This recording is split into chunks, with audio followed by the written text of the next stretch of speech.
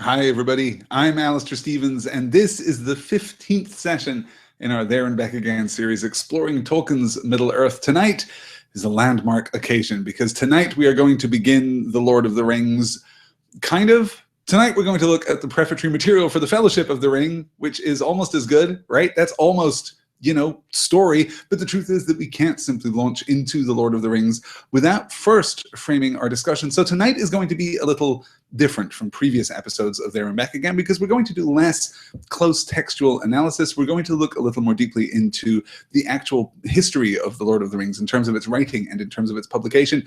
And then we're going to move through the prefatory material and call out a few interesting details that will serve to illuminate our progression through the first chapter, which we'll get to next week. I see everyone here in the YouTube chat. I do apologize for the slightly late start. YouTube was being a little finicky. YouTube didn't want us to have a live chat tonight. I can't imagine why. YouTube clearly doesn't understand the importance of such things. But I'm very glad to have you all here. Valerie and Angela and Joseph and Merging Puppy, which is a pretty great name, and Becca and Jackie, and everyone is here, and it's wonderful. I'm obviously so excited to talk about The Lord of the Rings. I'm so excited to get into this material because The Lord of the Rings is really where it is at for me as a reader of Tolkien. I love The Hobbit, as I've discussed before. I love the Silmarillion and the extended universe that Tolkien created, but The Lord of the Rings remains one of the most ambitious, one of the most developed, one of the most thorough, one of the most sophisticated fantasy novels in the entire English canon. And I'm saying one of only because I don't want to invite comparison. It is actually the most sophisticated, most ambitious, most well-crafted, most thoughtful, most fully developed fantasy novel that I've ever read, and I wager that you have ever read either. It is a legitimately astonishing piece of work, and we're going to be able to talk about it in a great deal of depth. Those of you who have looked ahead at the schedule will see that over the course of the next 3 weeks, we are going to discuss the first 3 chapters of the Fellowship of the Ring. We're going to compress a couple of chapters at certain points, but really it's going to be a chapter a week for most of our journey through The Lord of the Rings, which gives us a great deal of time to talk about all this fantastic detail, the richness of Tolkien's secondary creation. As ever, of course, if you are joining me live, you can join here in the YouTube chat. You can jump in here with thoughts and comments and observations, or you can tweet at me using the hashtag #TABAGAIN, TABAGAIN, where I can see your comments either tonight live or in the course of the week that follows. This podcast will, of course, be available in the regular podcast feed within the next 24 hours, let's say. We've been having a little trouble getting these podcasts out with suitable alacrity, but that, I'm sure, has come to an end, and we'll be able to get the podcast out to you in the very near future. Let's take a look then. Gosh, we're already anticipating Sam. We just can't wait for Sam. Yes, yes. Oh, no, Jackie. I'm not covering the first 3 chapters next week. I'm covering chapter 1 next week, chapter 2 the following week, chapter 3 the week after that. So I'm going to really take my time moving through the Fellowship of the Ring. We've got a lot of material to cover, and I can't wait. It's Sam time, people, says It Don't Connect. We'll have lots of opportunity to talk about Sam starting next week. Can't wait.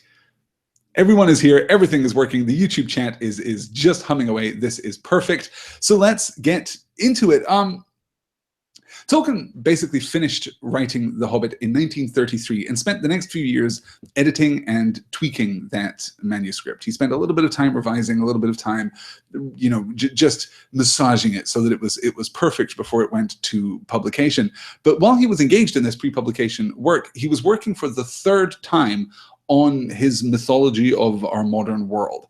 Back in 1916 or thereabouts, at the age of about 25, Tolkien had begun work on the Book of Lost Tales, a mythological history of our ancient world. This was supposed to be part of his desire to create a mythology for England specifically. And the Book of Lost Tales is actually fascinating because it carries with it a really curious framing device that absolutely locks the stories which we would later associate with the Silmarillion, or to be more precise, versions of the stories that we would later associate with the Silmarillion, into our own ancient history. He created a through line that drew those stories right into our present context, which was a really interesting and bold approach to this kind of mythopoeia. That was the first time that he had worked on this mythological framework. And as I said, it was the starting point for many of the stories which would later become a part of the history of Middle-earth. The Ainulindalë, the creation myth that we discussed a little last week, has its origins here, as well as Beren and Luthien and Turin Turambar and the fall of Gondolin and so many stories that we now recognize. All of those can be traced back, in principle at least, to the Book of Lost Tales in 1916, 1917. Tolkien abandoned this project, which would later be picked up and published by his son Christopher after his death as a part of the History of Middle-earth series, and went on to write the Lay of the Children of Húrin, an epic poem which retells the story of the aforementioned Turin Turambar. This was basically his second approach to writing this mythology. This, too, faltered. It faltered before 1919, 1920. So he had set this aside for quite some time until he had finished writing, but not yet published, The Hobbit. At this point, he returns to this mythology and started over with a new version, the versions that would later become known as the Silmarillion. So he works effectively on the Silmarillion up until The Hobbit is published in 1937 and is an immediate success. It is an overnight sensation, so much so that his publishers, Allen and Unwin, contact him immediately and say, a sequel? Because even in the middle part of the 20th century, the publishing industry was still the publishing industry. So Tolkien considers, I've been working on all this Silmarillion stuff. This is really the meat of it. This is really where everyone's focus should be. Hey, Allen and Unwin, how about publishing the Silmarillion? So he sent them the fragmentary manuscript that he had, and they took a look at it and said, no, this is far too niche, far too obscure, even for fans of The Hobbit. So anyone who had come along with Bilbo on his adventure and then opens the Silmarillion to find the Ainulindale, who tries to get through the Quenta, is going to struggle. This is not really a sequel to that previous book. So Tolkien set aside the Silmarillion, but that was what was in his head. That was what he was thinking about as he sat down to write The Hobbit 2, Electric Boogaloo. He was trying to figure out how to write a story that was true to The Hobbit, but also fold in some of this greater history. And there's a brief account of this given in the foreword of of most editions of The Lord of the Rings that you guys are reading, I'm sure. So The Hobbit was published on the 21st of September 1937. By the middle of December, Tolkien had contacted Allen and Unwin with an outline of the beginning of a new story. Bilbo Baggins is going to throw a huge party to celebrate his 80th birthday and would then leave Hobbiton again because the treasure that he had brought back at the end of The Hobbit had run out. Basically, he was impoverished and had to venture forth once more into the realm of fairy, into the wild, to get more treasure, I guess. That was replaced by a second version of the manuscript. Tolkien basically wrote a handful of pages of this, no more, went back and started again and introduced Gandalf. This time Gandalf was going to show up again as part of the inciting incident. Then he went back and revised it again, taking Bilbo out of the spotlight and instead creating a new protagonist, Bilbo's son, Bingo Bolger Baggins. At this point, Tolkien began to revise the motivation that underlay his hero's desire to leave the Shire in the first place. And this is when he starts to turn his attention toward the ring and to one of the loose ends left by the Hobbit, the Necromancer. This is the point at which the ring becomes the ring. This is the point at which he begins to expand his understanding of what has happened in Middle-earth, of what is happening in Middle-earth. And he begins to create this much broader, wider tapestry. So he goes back and he retcons the ring and he decides, okay, let's see how this is going to work. How is this going to motivate the action? And he revises and he revises and he revises and he revises a lot because Tolkien was still working at this time as a full-time academic and progress came slowly. He finally started showing the manuscript to his publishers in 1947 and finished the first revised draft in 1949. So 12 years after The Hobbit had been published, he has basically a workable manuscript. So in 1949, he is all but ready to publish. He thinks that this book will at least work, will at least, fulfill the promise made by the sequel to The Hobbit. But at this point, he is having a falling out with his publishers, Allen and Unwin. So he takes it instead to the publisher, Collins, who responds by saying, no, this book is in urgent need of cutting. This 1,000,000 words that you have just deposited on my desk, this needs to be cut all the way back and turned into, a conventional 95,000 word novel. Surprising no one, Tolkien was less than impressed with the thought of hacking away at his lovingly prepared manuscript, this book upon which he had been working for more than a decade. So he went back to Allen and Unwin and finally negotiated a publication deal that would release The Lord of the Rings in 3 discrete volumes. The first, The Fellowship of the Ring, on the 29th of July 1954. The second, The Two Towers, on the 11th of November 1954, and then The Return of the King on the 20th of October 1955. And I would invite you just to consider that for a moment. You buy Fellowship in July, you buy The Two Towers in November, and then you have to wait 11 months to get The Return of the King. There were horrible delays associated with The Return of the King. There were material associated with the appendices that just wasn't ready. So Tolkien had to revise that material himself, get it back to the publishers. So those delays were awful and unintentional. But that didn't stop the book from being just a titanic success. We should note, too, 54 and 55. Those are the years where The Lord of the Rings is published. But prior to this, Tolkien had already gone back and prepared that famous second edition of The Hobbit that was published in 1951. That's the version of The Hobbit that we've all read now, where Gollum and the Ring are revised into their Lord of the Rings compatible versions. So he's already gone back, after effectively completing the manuscript for The Lord of the Rings in 1949, he goes back to revise The Hobbit. That is released, again, to huge acclaim. And then in 54 and 55, The Lord of the Rings is released. Now, it's worth noting that I mentioned earlier, in fact, that Tolkien was working on what we might think of as Silmarillion stories while The Hobbit was being prepared for publication. But what's really fascinating is that The Hobbit was not a part of that mythology, was not a part of that fictional world. There are associations, there are details taken from the Silmarillion that appear in the pages of The Hobbit, because Tolkien liked nothing more than recycling names and recycling really good ideas, and he did that with fair regularity. So there is an Elrond, for example, contained within the pages of the Silmarillion, and there is, of course, Elrond and Rivendell contained within the pages of The Hobbit. But this was more of a nod than it was an indication that these two stories took place within the same shared world. It wasn't until The Lord of the Rings that Tolkien undertook his great work of unification, where he drew together The Hobbit and the Silmarillion and the story that he was writing for The Lord of the Rings, and united them all into one shared story, into one sprawling and epic tale from the first age to the end of the third age. He created this completely unparalleled, this completely unique fantasy world, and did so beautifully. It is a testament to his mastery as a world builder and a storyteller that he manages to unify The Hobbit with this contextual frame, which is utterly alien to even the tone and the spirit of The Hobbit, without so much as a ripple on the surface. He revises, as I said, the second edition of The Hobbit in 1951, but that is intentional and specific. He's revising the Ring a little bit, but mostly he's just revising Gollum, and that's just to make these elements work in The Lord of the Rings. Generally speaking, there's no change. There's no substantial change to The Hobbit that makes it fit better within the context of the Silmarillion at that point. So by 1955, the complete Lord of the Rings has been released. It is a huge and immediate success, but there is a wrinkle, because there is a question mark over the copyright status of The Lord of the Rings in the United States. It seems as though it's possible that The Lord of the Rings wasn't properly copyrighted when it was published in this country.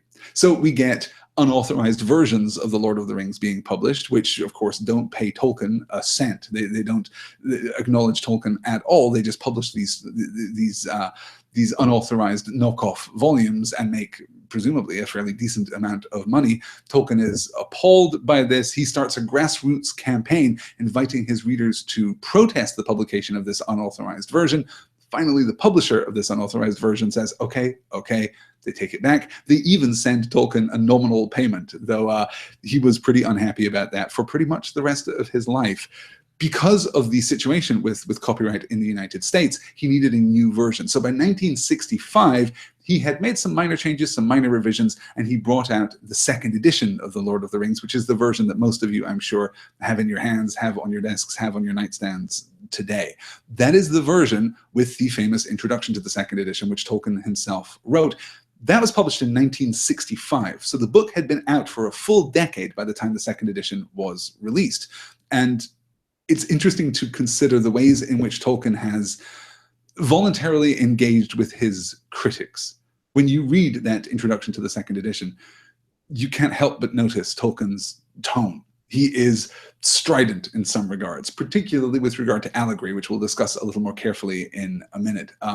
But he is absolutely taking on his critics. He is asserting his authorial perspective on this book in a way that happens very infrequently. Even the introduction to the second edition of The Hobbit isn't quite the same. It's not striving for the same ends, and it certainly doesn't adopt quite the same tone. But the introduction to the second edition of The Lord of the Rings is, for my money, actually one of the most interesting and powerful things that Tolkien ever wrote, particularly in his nonfiction work. It's really just lovely. And as I said, we're going to talk about it right now because we have to talk about Allegory. Before we do that, let's see here. Hope says, I have a soapbox and it is US copyright law. Valerie says that must be why all my copies say authorized edition. Yes, that may well be the case. Yes, US copyright law, bewildering, and no less bewildering, I'm sure, in the 1950s. What was Return of the King going to be called? I can't remember. Something a little less obvious, says Jackie Boatman. Yes, Tolkien hated the name Return of the King. These the titles of each individual volumes were suggested by Allen and Unwin. Tolkien was actually very happy with the Fellowship of the Ring. He thought that was spot on. He liked the Two Towers because of its ambiguity, because it isn't clear, because for those of you who have read ahead, the Two Towers actually splits roughly in half. There are two different storylines going on through the Two Towers. But the name The Two Towers is kind of applicable to both. Are you talking about Isengard and Barad-dûr? Are you talking about Minas Tirith and Barad-dûr? You know, where are you drawing that line? Which Two Towers are you referring to? So he kind of liked that. He did not like The Return of the King, in part because he felt it spoiled the end of the story, which I think is fair. The third volume was originally going to be called The War of the Ring, which he liked not just because it was grandiose, not just because it was, you know, more epic and appropriate, but because it also drew back in the ring. We have the Fellowship of the Ring, the Two Towers, then the War of the Ring. There's a nice, pleasing symmetry to that. And honestly, I think I prefer The War of the Ring as a title for the third volume over The Return of the King. I'm not entirely sure what led to that decision. It seems like a very shaky decision indeed. As Lauren says, because which Two Towers? Absolutely fair. Yes. Hope says, so I know we all really like Death of the Author, but I live in some in-between land and I love all the personal history. Hope, that's completely fair. It's completely fair to love the personal history, and it's completely fair to do this kind of biographical interpretation.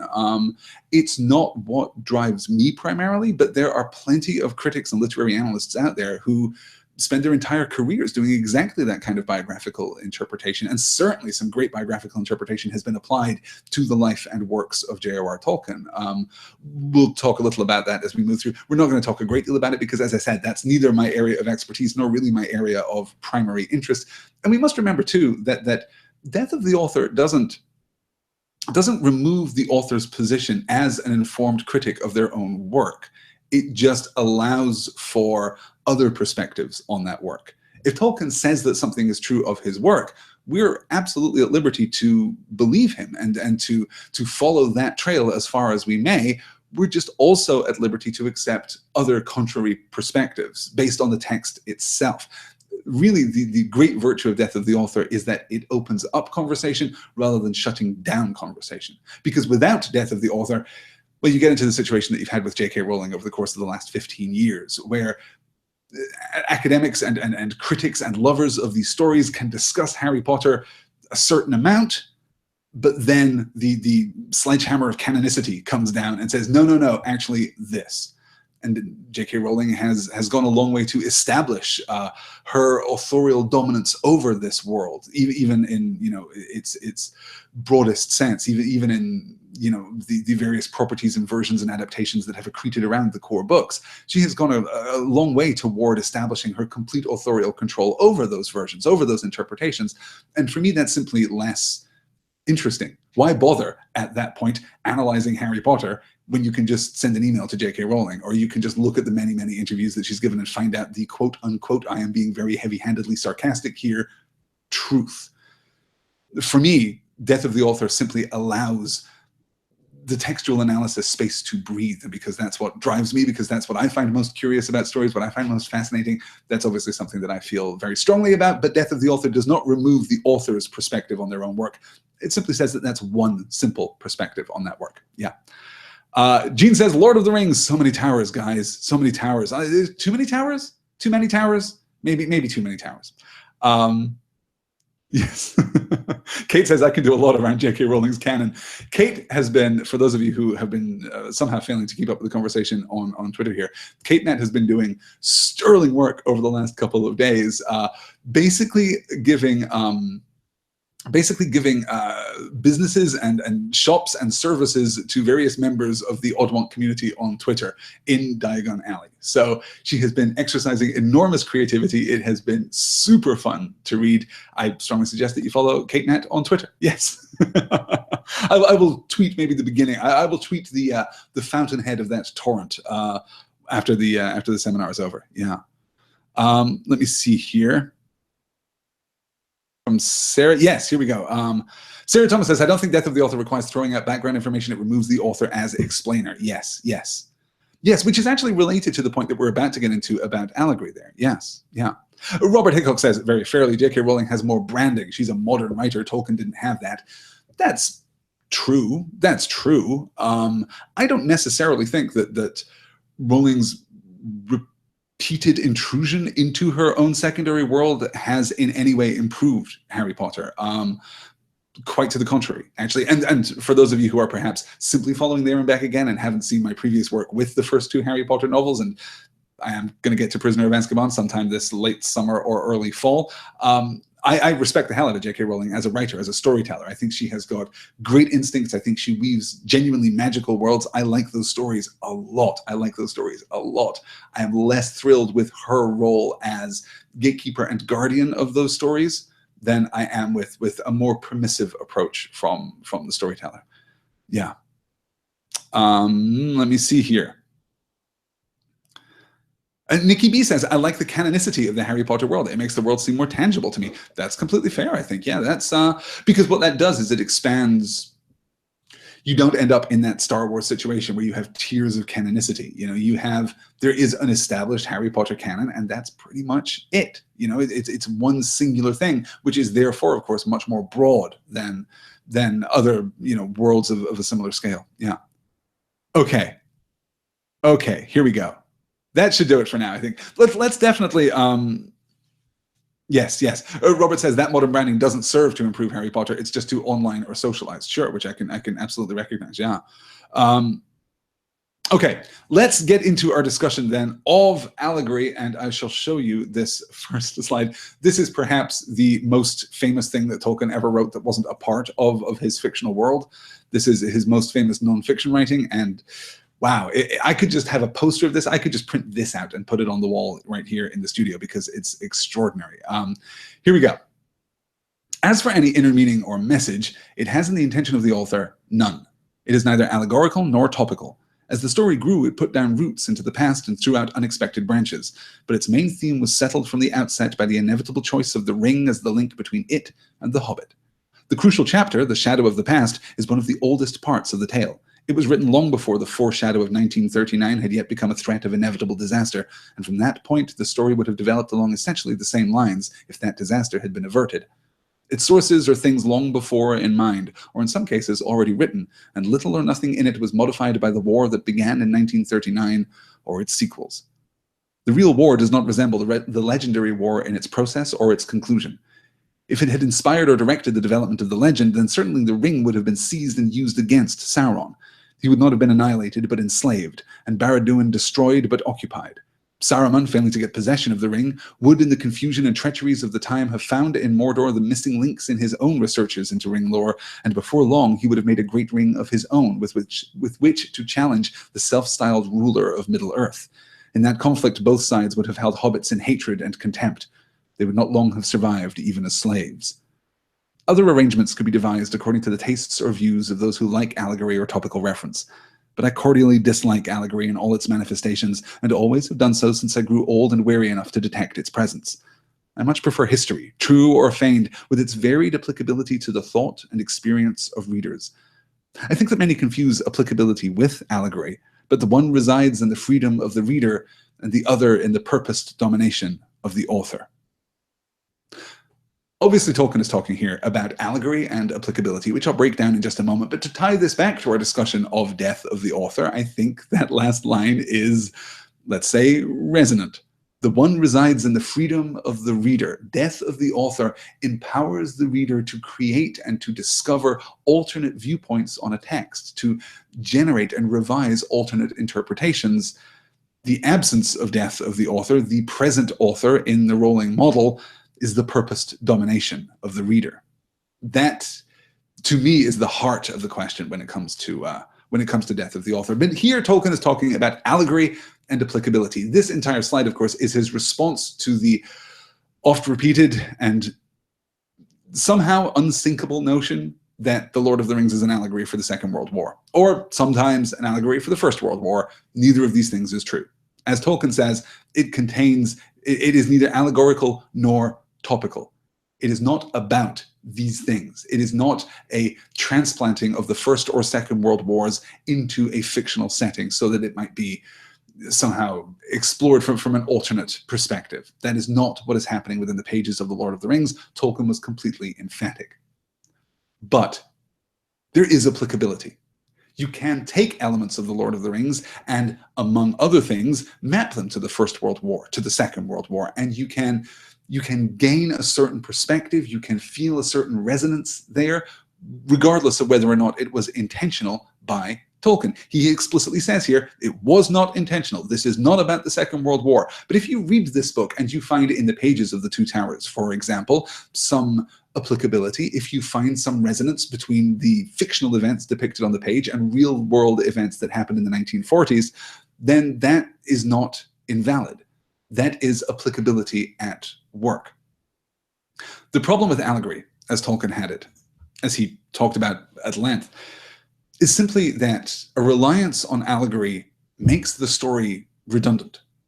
Because allegory presupposes that the story has a fundamental purpose, that the story has a message to impart, or is speaking directly to another story that occurred in the real world, or even another story that occurred in a different fictional frame. If you are writing allegorically, then your story is nothing more than a puzzle box that can be unlocked by the application of specific knowledge.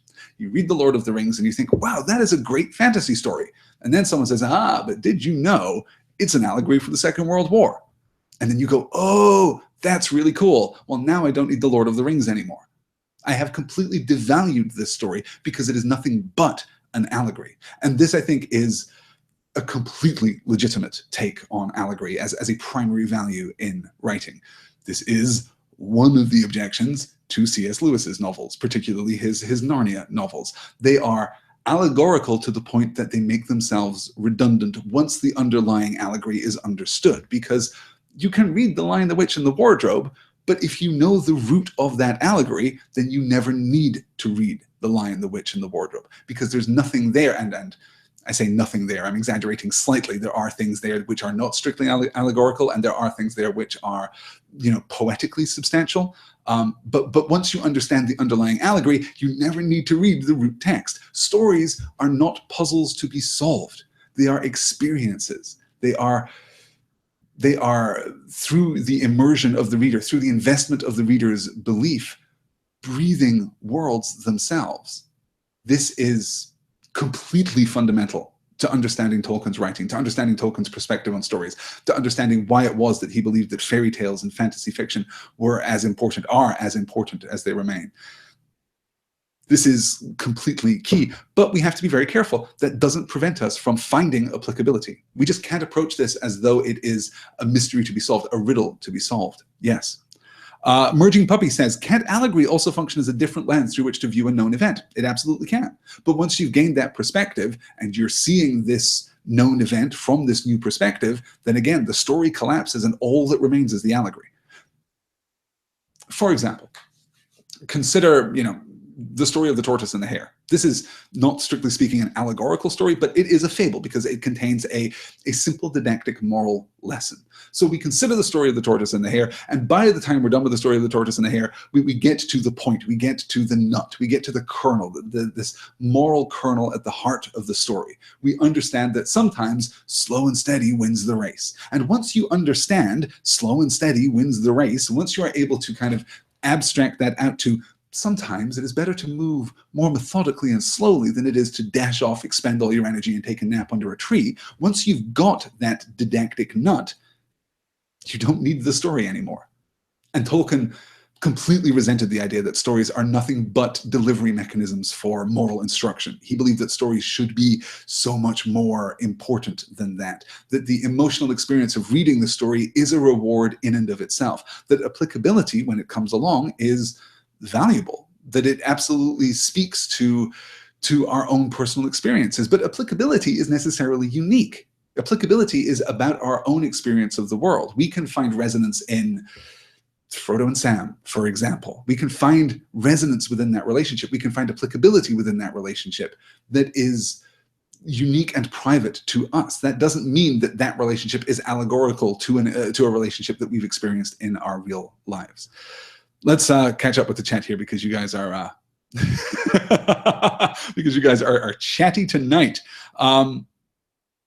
Yes, Dylan the Joel says, going back to On Fairy Stories, Tolkien liked his stories to evoke a recognition of some greater truth, and World War II wasn't a truth, it was an event. That, I think, is certainly a fair perspective, yes. It is fair to say, by the way, that Tolkien was not above using the Lord of the Rings as a means of finding applicability with the Second World War. As he was writing the latter parts of the book, he was corresponding with his son Christopher, who was currently serving in the Royal Air Force in South Africa. And in those letters, Tolkien talks about the actual Second World War in terms of hobbits and orcs, though we should very crucially note that he was not drawing a dividing line there between the Allies and the Axis powers and putting hobbits firmly on the side of good and orcs firmly on the side of bad. Rather, one of Tolkien's recurring points was simply that there were too many orcs on both sides. He felt that the war was being violently mismanaged by people whose primary agenda was the perpetuation of this war. So, you know, Tolkien was not himself above leveraging that kind of applicability, using that kind of imagery and metaphor in order to make a deeper point. But again, that doesn't mean that the story is analogous. That doesn't mean that that's what the story is about and that's the only thing that the story is about. Good.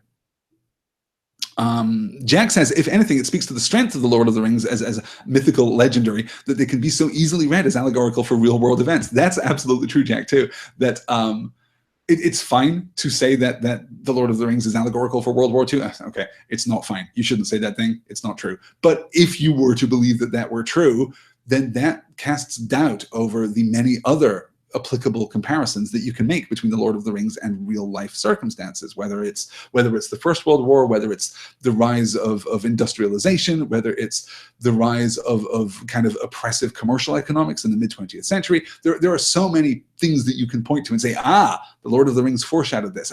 This is what Tolkien was talking about. But if it were genuinely an allegory, he couldn't have been talking about all of those things. Yeah. Princess Ostrich says, I think Narnia is still readable / watchable even with the allegory. Narnia is enjoyable. How would I distinguish that thought? Let me see. There's a difference between reading a story and investing that story with belief. There's a difference between kind of going through the motions, particularly when we are rereading a story. Rereading a story that we've already read can offer many things, many comforts and virtues, which actually have very little to do with the story itself. If you have a beloved book that you read when you were a child, and that book gives you feelings of comfort and feelings of safety and feelings of security and feelings of wonder, then those feelings, by the time you are an adult and you're rereading this book for the 20th time on some rainy Thursday afternoon, you're curled up under a blanket with a mug of cocoa and you're rereading this book, those virtues actually have nothing to do with the book, or at least very little to do with the book, because those virtues are really springing from your personal experience with this piece of art. Allegory, I think, works in a similar way. It is possible for us to enjoy reading Narnia as a physical experience. You know, C.S. Lewis could write, you guys, he can write prose. That's great. But in terms of the movement of the story, there's simply less substance there because it is anchored in the allegory. So if you are aware of the underlying allegory, the story becomes inessential. That doesn't mean that it's not enjoyable. It just means that it has been reduced to a template for something else, effectively, or it is being produced following the template that was made for something else. That is maybe the distinction. I'm definitely going to talk about Narnia at some point, you guys. It's just becoming more and more urgent that I do so. Let me see here. Robert says, absolutely, Lewis's world was not inhabitable to the reader. Tolkien's was very inhabitable. Allegory mildly sucks. I believe that was actually the first draft of Tolkien's foreword here. Yes. Yes. Sarah says, it's totally possible to see The Lord of the Rings as a fantasy story and at the same time see it as a reflection of the times it was created in. This is very interesting, actually, Sarah, because this, I suppose, is the counterpoint to this discussion of both allegory and in a sense, the counterpoint to the discussion of death of the author, which is that, of course, we all are products of our own experience, of our own culture, of our own context and community. We all, you know, to use the French, we grow from terroir. We possess the qualities of the ground in which we were planted. We emerge into adult life, into creative life in particular, carrying with us all of these varied minerals and impurities. We carry with us the fingerprint of our culture, our community, and of course, our personal experience, and Tolkien did too. So when we say that The Lord of the Rings has nothing to do with the First World War, that may be true. But Tolkien lived through the First World War. It left an impression on him, as we know from his letters. So while it is fair to say that The Lord of the Rings and The Hobbit are not about that, it's very difficult to say that they were not influenced by that. And that lends legitimacy, lends depth, lends interest, lends sophistication to the kind of biographical literary analysis that I was discussing earlier. That's not what I do, but there are great books out there about the life of J.R.R. Tolkien and about the way that his personal experience is reflected in his work. They are speculative more often than not, but then honestly, all textual analysis is kind of speculative. You formulate the best argument that you can based on the evidence that you have to hand. So I do think that that's a fair point, and absolutely, as I said earlier, you know, a valid means of interpreting texts. It just, here's what it is.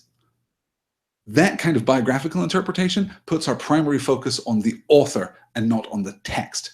Textual analysis, the kind of close reading that we do here in these live seminars, absolutely encourages us to pay attention to the text and to discard everything else.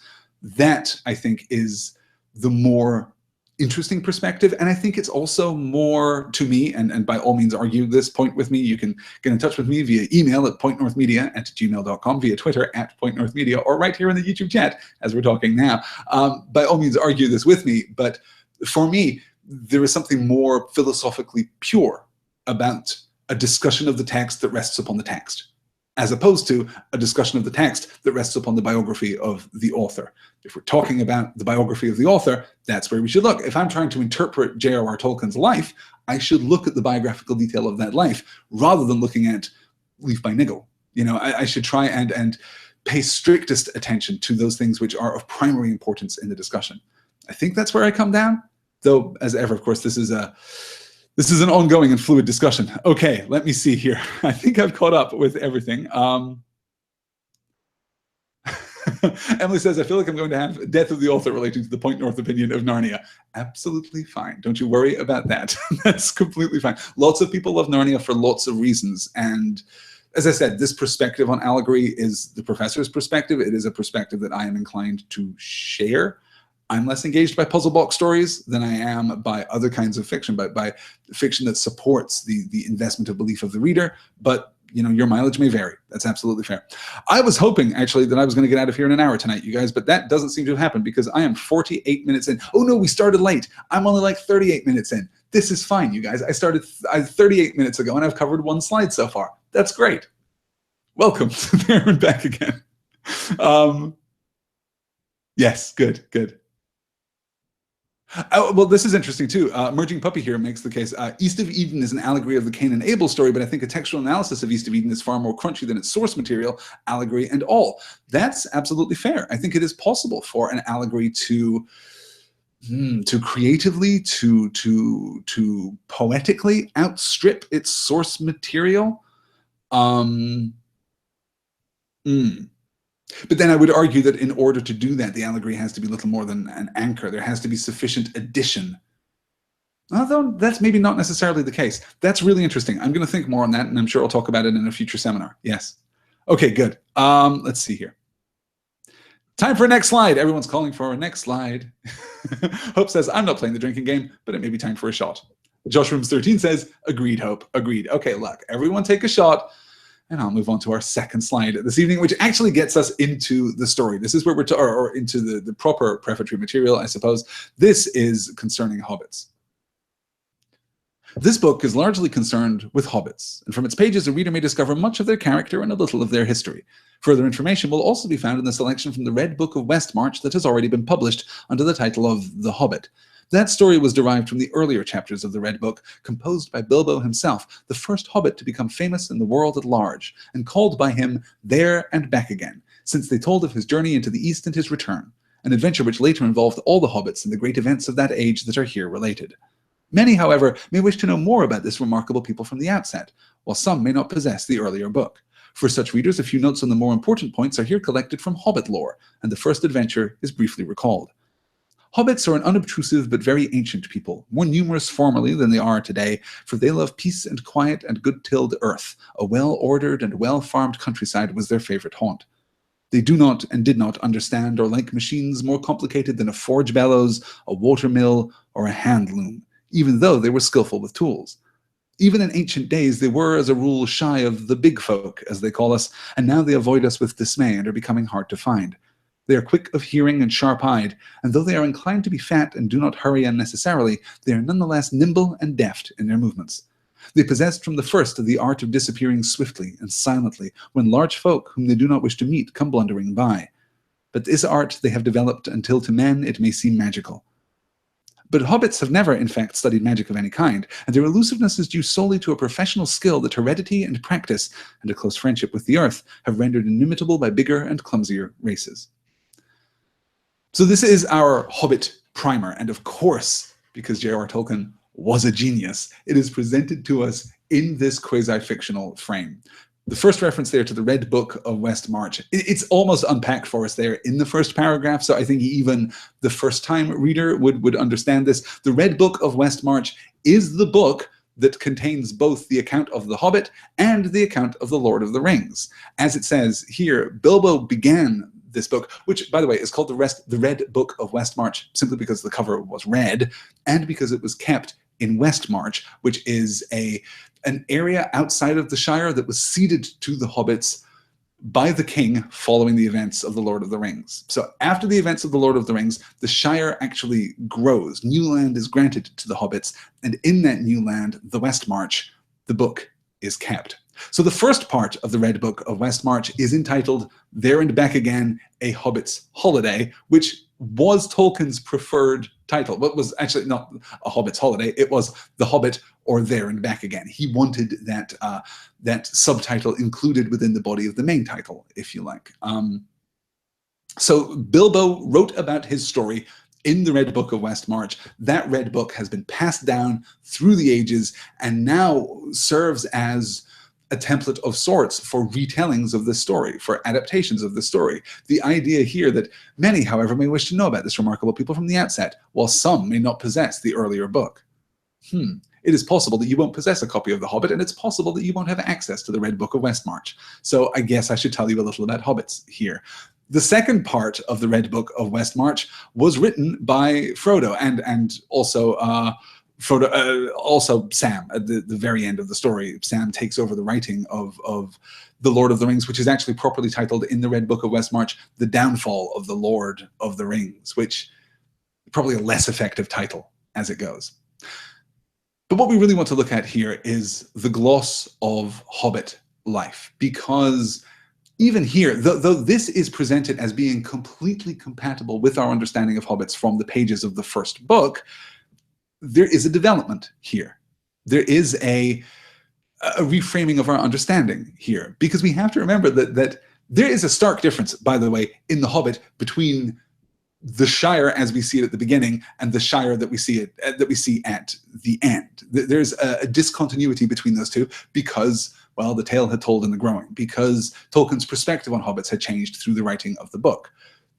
That's all the more stark as we move into the pages of The Lord of the Rings. We're going to get this incredible tracking shot next week as we effectively move through time and space, drawing closer and closer to Bilbo himself. It's just astonishing. It's a magnificent piece of work, but it introduces us to a Shire that, it would seem, ought to feel familiar despite the fact that it is brand new. So here we get our sense of hobbits. Hobbits are an unobtrusive but very ancient people, more numerous formerly than they are today, for they love peace and quiet and good-tilled earth. A well-ordered and well-farmed countryside was their favorite haunt. Among you, we'll see a little of Tolkien's narrative and editorial bias creeping in there, because that semicolon is crucial. Hobbits are an unobtrusive but very ancient people. Great. Let's stipulate that. That's fine. More numerous formerly than they are today, for they love peace and quiet and good-tilled earth. A well-ordered and well-farmed countryside was their favorite haunt.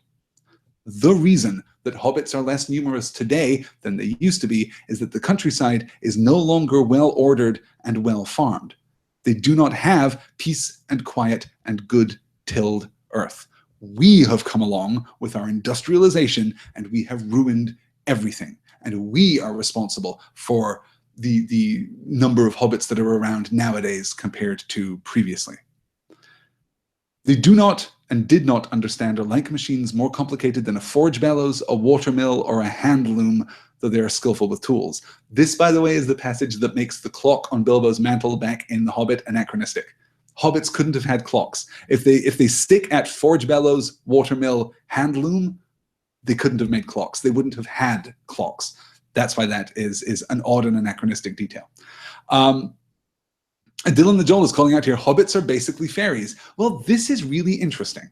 I want to unpack that a little bit, actually, with our next slide as we start looking at the varieties of hobbits, because yes, that's really interesting. Oh, we're getting some question about narrative voice here, huh? Okay, I'll try and scroll back and find the root of that, yes. So we understand forge bellows, watermill, hand loom. These are, what do these things have in common? The thing that these things have in common is that they are machines. Yes, they are conveniences in a sense, but they do not replace the work of a hobbit. They do not render any hobbit inessential. They are tools more than they are machines. Even the watermill is an automated function that requires maintenance. It requires, the person who would previously have I don't know what the version would have been of that. The person who would have, I guess, ground wheat into flour is now still doing work. They're still maintaining the watermill. There is still work to be done. There is no hint of industrialization or mechanization in the modern sense within the Shire. Even in ancient days, they were, as a rule, shy of the big folk, as they call us. Now they avoid us with dismay and are becoming hard to find. You guys, we're the worst. We're to blame for this. And then we get our description here. And what's perhaps most interesting about the description itself is simply that the idea that this art, which is this elusiveness due solely to a professional skill that heredity and practice and a close friendship with the earth have rendered inimitable by bigger and clumsier races. This skill, this native skill that is in part connected to a closeness to the earth, now seems to us to be magical, because we, by inference, are no longer connected to the earth there. Kate is correctly calling out here in the chat, clocks are an old invention. That's completely fair, but we get the tick of a mantle clock. It is clearly supposed to be a clock in the, I don't know, the very earliest Victorian style, I guess. I would have been very surprised if that was consistent with our understanding of hobbits. But sure, if you know more about the history of clocks than I, and it's very likely that you do, then by all means get in touch and let me know. So this gives us our sense of hobbits and their society. We're getting some questions here about about indoor plumbing. Yeah. Robert Hickok says, and a close friendship with the earth. So much for human industrialism. Very fair. Very fair. Lauren says, couldn't they buy clocks from men? Well, it's not at all clear that men would have clocks either. And certainly the insular and very well-respected Baggins family probably wouldn't have had much trade with men within the Shire. So it's possible, but you would expect if the clock on Bilbo's mantle was that unusual, that it would have attracted a little additional attention. Yeah. I don't hate the idea that this is actually a relic of Belladonna Took, that once upon a time, Belladonna Took traveled far outside of the Shire and bought a clock. That seems entirely appropriate for such a scandalous figure. Yes, Good. All right. Let's, yes, good. Might have been his mother's clock, says Hope. Yes, I could see Belladonna owning a clock. I could see Belladonna owning a clock too. Okay, we might be able to stipulate then that that is not in fact anachronistic. It just hints at a fantastic backstory for Belladonna Took. I am into that idea, let me tell you. Okay, let's move ahead. I won't even bother taking this slide down. We'll just move right on to the next one. This is the history of the tribes of hobbits, if you like. And this suggests something very interesting about the position of hobbits vis-a-vis the rest of Middle-earth, particularly the relation of hobbits with other races. Before the crossing of the mountains, the hobbits had already become divided into three somewhat different breeds: Harfoots, Stoors, and Fallowhides. The Harfoots were browner of skin, smaller and shorter, and they were beardless and bootless. Their hands and feet were neat and nimble, and they preferred highlands and hillsides. The Stoors were broader, heavier in build. Their feet and hands were larger, and they preferred flatlands and riversides. The Fallowhides were fairer of skin and also of hair. They were taller and slimmer than the others. They were lovers of trees and woodlands. The Harfoots had much to do with dwarves in ancient times, and long lived in the foothills of the mountains. They moved westward early and roamed over Eriador as far as Weathertop, while the others were still in wilder land. They were the most normal and representative variety of hobbit, and far the most numerous. They were the most inclined to settle in one place, and longest preserved their ancestral habit of living in tunnels and holes. The Stoors lingered long by the banks of the great river Anduin, and were less shy of man.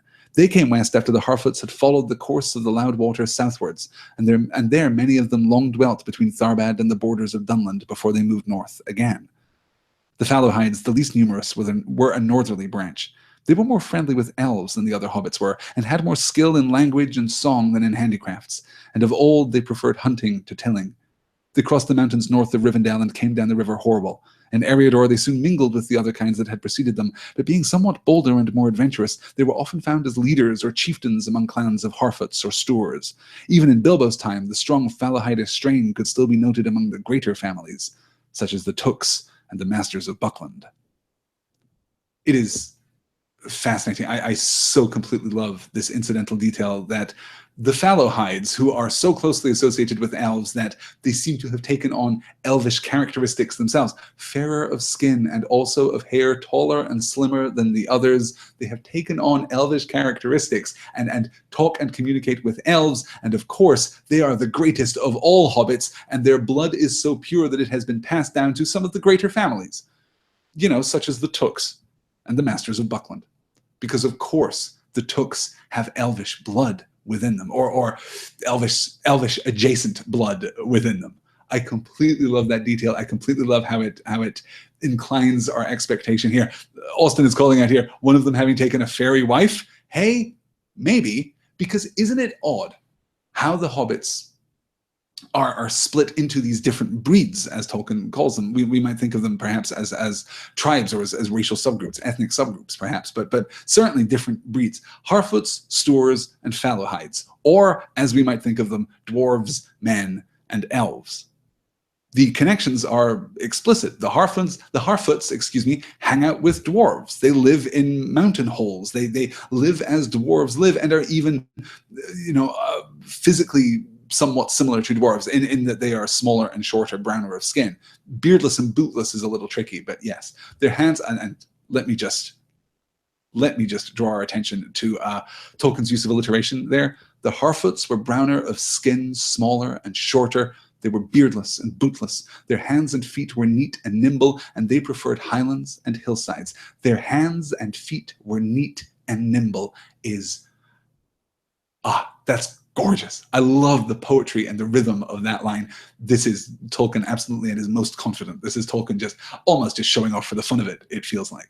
So the Harfoots are associated with the dwarves, the Stoors are associated with the men, the Fallowhides are associated with the elves. Now, we talked about this a little before, that canonically, basically, hobbits are men. Hobbits are actually a descendant of the children of Iluvatar. They are of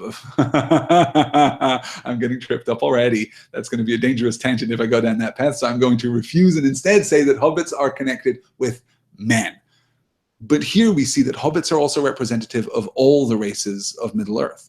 They embody, to some degree, the greatest qualities of men and dwarves and elves. They certainly coexist in a way that men and dwarves and elves don't, in that, as we saw at the Lonely Mountain, as we saw in the kingdom of Erebor and Dale and the woodland realm of the Elven King, men and dwarves and elves can coexist in alliance, but they don't unify into a single kingdom. Erebor was a dwarven kingdom. Dale was a human kingdom. The Elf King's realm, of course, is an elven kingdom. So even when they are allied, they are distinct. But here we're cued to see immediately that, well, hobbits are just more gregarious than that. Hobbits are more socially mobile than that.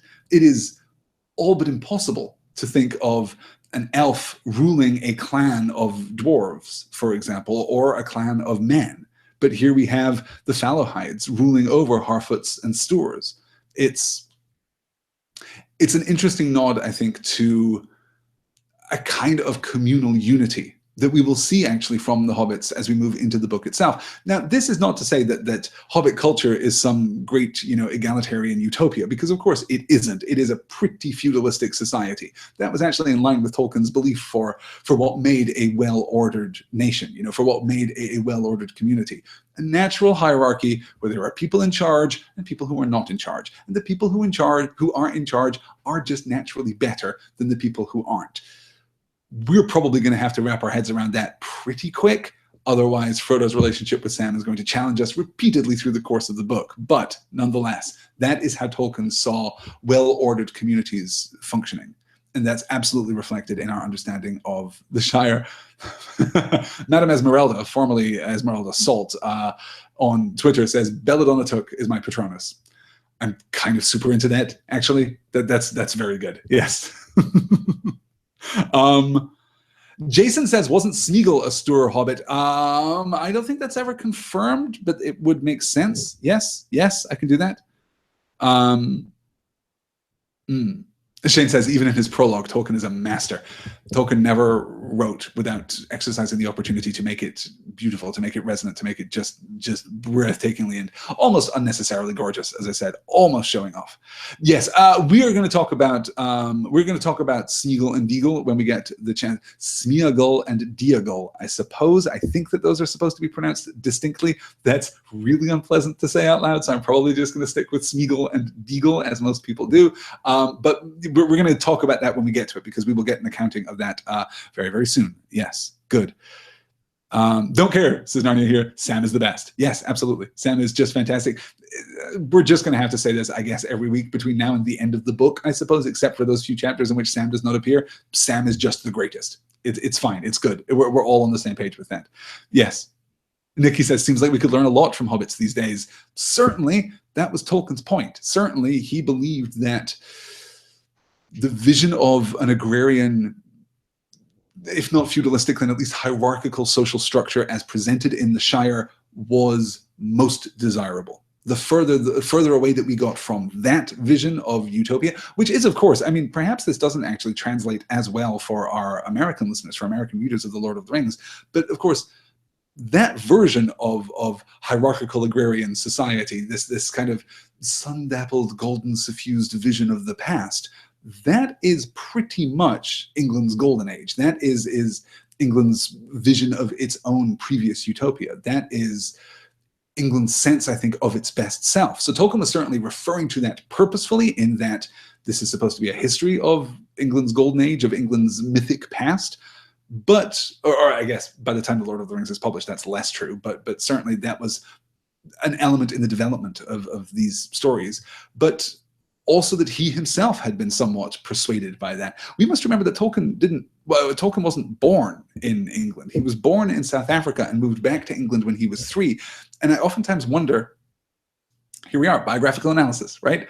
I oftentimes wonder to what degree his fervent devotion to this kind of mythic, flag-waving, buttered scone, Jerusalem singing vision of England was informed by the fact that it wasn't quite, all but wasn't quite his native land. He had this different experience, I suppose. That's of course he was English. He wasn't South African. His father was serving in South Africa at the time, so he was absolutely English and was raised completely in complete continuance with this culture. But I've oftentimes wondered that. Okay, as Valerie says, looking at the past, we often put on rose-colored glasses. Yes, we certainly do. It Don't Connect says, if I was editing Lord of the Rings, my only notes would say more Sam. Hey, no spoilers, I guess. Sam gets to end the book, and that's pretty good. One of the pages that we're going to talk about over the course of the next year and a half, in which I will very likely weep openly as I'm reading that slide. Anyway, let's move on and get to the last part of our On Hobbits slide here. This is actually our penultimate slide of the evening. Very, very few slides this week, which is why I've been able to talk so freely and how can I put this? Talk so freely and so inessentially about other tangents. This is from the end of the Concerning Hobbits, yes. All hobbits were, in any case, clannish and reckoned up their relationships with great care. They drew long and elaborate family trees with innumerable branches. In dealing with hobbits, it is important to remember who is related to whom and in what degree.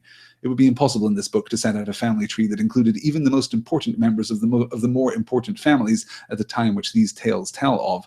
The genealogical trees at the end of the Red Book of Westmarch are a small book in themselves, and all but hobbits would find them exceedingly dull. Hobbits delighted in such things, if they were accurate. They liked to have books filled with things they already knew, set out fair and square with no contradictions. This is important in that it is our final beat of foundation laying for our understanding of hobbits. This is where we leave this part of the book. Hobbits delighted in such things if they were accurate. They liked to have books filled with things they already knew, set out fair and square with no contradictions. Do they? Do they like those things? Or do most hobbits like those things? We're reminded, I think, here fairly forcibly of the tension in Bilbo's character between Took and Baggins, but more importantly, the tension between Bilbo's Tookish nature and society. We are told in The Hobbit that he loses the respect of his neighbors. We're going to see how that plays out, in fact, as we move into the first chapter of The Lord of the Rings. The Hobbit society is presented to us here as being extremely staid and formal and conventional. They like things neat and unambiguous and in their proper place, please and thank you. Except for when they don't. Because hobbits are more than this genealogical chart would imply. They are more than even this survey of hobbitry would lead us to believe. Rather, hobbits are more complicated. And we're going to see that play out, as I said, in the first chapter. We're going to get two versions of pretty much the same scene, but we're going to see different generations of hobbits interacting, and we're going to get an opportunity to talk about the many ways in which Bilbo's return from the East has changed hobbit culture. For the better? Arguably, yes. Lorna says, I like to have books filled with things I didn't know set out fair and square with no contradictions. I like that very much, Lorna. Yes, that's the scientific mind right there. Yes, good. Good. Hope Hornsby says, oh my God, I'm a hobbit. I think there is a point at which we all realize that we are hobbits to a greater or lesser degree. Yeah. Good. Austin says, earlier in the prologue, Tolkien talks about how you shouldn't underestimate hobbits. Yes, absolutely fair. Yeah. Yes, and Jackie Boatman says, Bilbo and Frodo look down on their fellow hobbits a little bit. So if Frodo's writing this, I think he believes it. We are going to get from Frodo in the first chapter an absolutely definitive line that completely sums up his perspective on life in the Shire. We'll talk about that when we get to it next week. Yes. Good. It Don't Connect says, I could never be a hobbit. I can't even keep my mom's cousins straight. Genealogy, guys, genealogy. All right, let's skip ahead here. Yes. Okay, yeah, we've been running just over an hour, and we're probably approaching time to wrap up. This is going to be a shorter session, as I said. So let's move ahead to our final slide of the evening, which is basically the end of the prefatory material. Yes. Gandalf, however, disbelieved Bilbo's first story as soon as he heard it, and he continued to be very curious about the ring. Eventually, he got the true tale out of Bilbo after much questioning, which for a while strained their friendship. But the wizard seemed to think the truth important. Though he did not say so to Bilbo, he also thought it important and disturbing to find that the good hobbit had not told the truth from the first, quite contrary to his habit. The idea of a present was not mere hobbit-like invention all the same. It was suggested to Bilbo, as he confessed, by Gollum's talk that he overheard. For Gollum did, in fact, call the ring his birthday present many times. That also Gandalf thought strange and suspicious. But he did not discover the truth in this point for many more years, as will be seen in this book. Of Bilbo's later adventures, little more need be said here. With the help of the ring, he escaped from the orc guards at the gate and rejoined his companions. He used the ring many times on his quest, chiefly for the help of his friends, but he kept it secret from them as long as he could. After his return to his home, he never spoke of it again to anyone, save Gandalf and Frodo, and no one else in the Shire knew of its existence, or so he believed. Only to Frodo did he show the account of his journey that he was writing. His sword, Sting, Bilbo hung over his fireplace, and his coat of marvellous mail, the gift of the dwarves from the Dragon Hoard, he lent to a museum, to the Mickledelving Matham house, in fact. But he kept in a drawer at Bag End the old cloak and hood he had worn on his travels, and the ring, secured by a fine chain, remained in his pocket. He returned to his home at Bag End on June the 22nd in his 52nd year, Shire reckoning 1342, and nothing very notable occurred in the Shire until Mr. Baggins began the preparations for the celebration of his 111th birthday, Shire reckoning 1401. At this point, this history begins. Couple of very quick pulls here. You will note, with the help of the ring, he escaped from the orc guards at the gate and rejoined his companions. This is one of the pieces of evidence which tells us that goblins and orcs completely interchangeable. Tolkien was emphatic that they were goblins throughout the entirety of The Hobbit because he wanted that fairy tale perspective. In The Lord of the Rings, the fairy tale perspective is less important. He is instead recommitting to his secondary world, to his secondary creation. So he drops the cutesy fairy tale name and uses instead the Anglo-Saxon derived name orc. They're one and the same. Let this be an end to it. Of course, I'm not telling you guys to drop it. You guys already know, but there are people out there who will still ask whether goblins and orcs are the same thing. It is one of those recurring questions. We're going to talk about balrogs and wings in a few weeks' time, and that's going to be fun too. Jackie's calling out, retcon! Just a name change. I suppose that's not really a retcon, is it? Is it? Jackie, good pull. All right. Nikki says, I think hobbits are a lot more tenacious and adaptable than they give themselves credit for. Their genuine goodly and positive nature only serves them. Nikki, I like that a great deal. I like that a lot, actually. The idea that they are constrained by convention is really just kind of a polite facade to disguise the fact that they're just really good-hearted. I like that. Nikki also says, you know you can trust hobbits when you leave a coat of mithril just lying around in a museum. I love that. The Mickledelving Matham house here. This is mentioned earlier in the reading, but in case you somehow skipped it or have forgotten, Mathams are those objects which are valuable and of sentimental value to hobbits, but for which they have no use at all. So these are family heirlooms and valuable trinkets, which the hobbits don't need and don't even necessarily want, so they donate them to a Matham house for the edification of all. It is just gorgeous and completely consistent, I think, with our understanding of Hobbit culture here. Princess Ostrich is saying in all caps, a Balrog of Morgoth. Yeah, we'll talk about Morgoth when we get there too, because that's pretty important. Okay, let's see what we have here.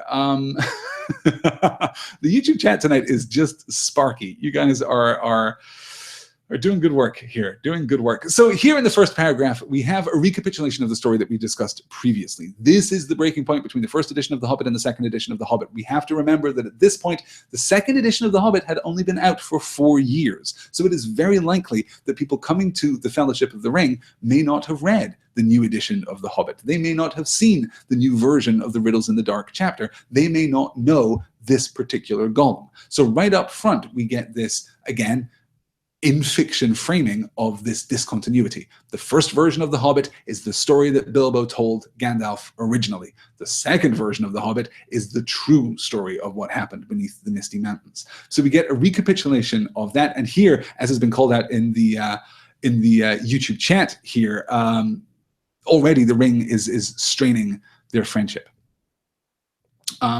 We see here, too, in the second paragraph, with the help of the ring, he escaped from the orc guards at the gate and rejoined his companions. He used the ring many times on his quest, chiefly for the help of his friends, but he kept it secret from them as long as he could. chiefly for the help of his friends, will be very important when we move into the first chapter and we talk about the ring's influence over Bilbo. His sword's sting Bilbo hung over the fireplace because he is still, after all, the son of Belladonna Took. His coat of marvelous mail, the gift of the dwarves from the Dwarven Horde, he lent to a museum, to the Mickledelving Madam House, in fact, but he kept in a drawer at Bag End the old cloak and hood that he had worn on his travels, and the ring, secured by a fine chain, remained in his pocket. That is such a beautiful line. That is so rich and ominous and gorgeous. I just love the way that it makes the hairs on the back of your neck stand up. It really prompts us to keep an eye on the ring and to always be aware of its presence here. Yeah.